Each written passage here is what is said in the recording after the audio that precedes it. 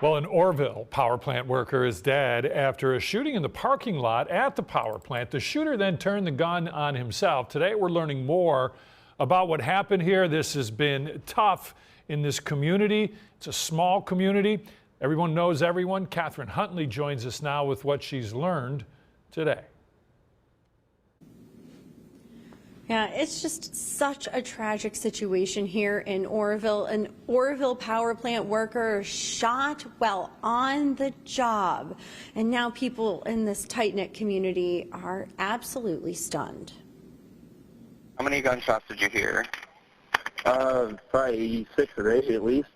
Workers discovering a horrifying scene in the parking lot of the Orrville power plant on Thursday around 3:15 p.m. One of the longtime workers, 46-year-old Bruce Labb from Creston, gunned down in the parking lot. He was transported to the hospital and tragically died. The shooter, who has been identified as 69-year-old Robert Simon of Worcester, then shot and killed himself.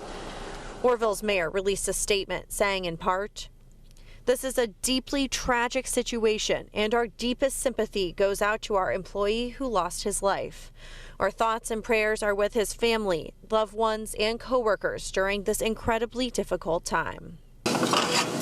Today down the street at Mrs. J's restaurant, people were stunned by the situation. Yeah, everybody's just really shocked at the whole situation. Everybody and the community comes together and supports each other. One constant we heard, Orrville is tight-knit and will lean on each other during this difficult time. Orrville is such a small community that they rally around one another and they're always looking out for each other. So I think that's really important right now with this sad situation.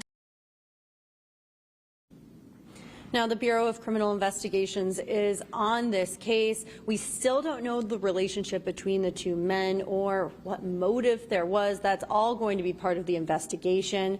The mayor has told us that counseling and support services will be available for any employee who needs it during this extremely difficult time.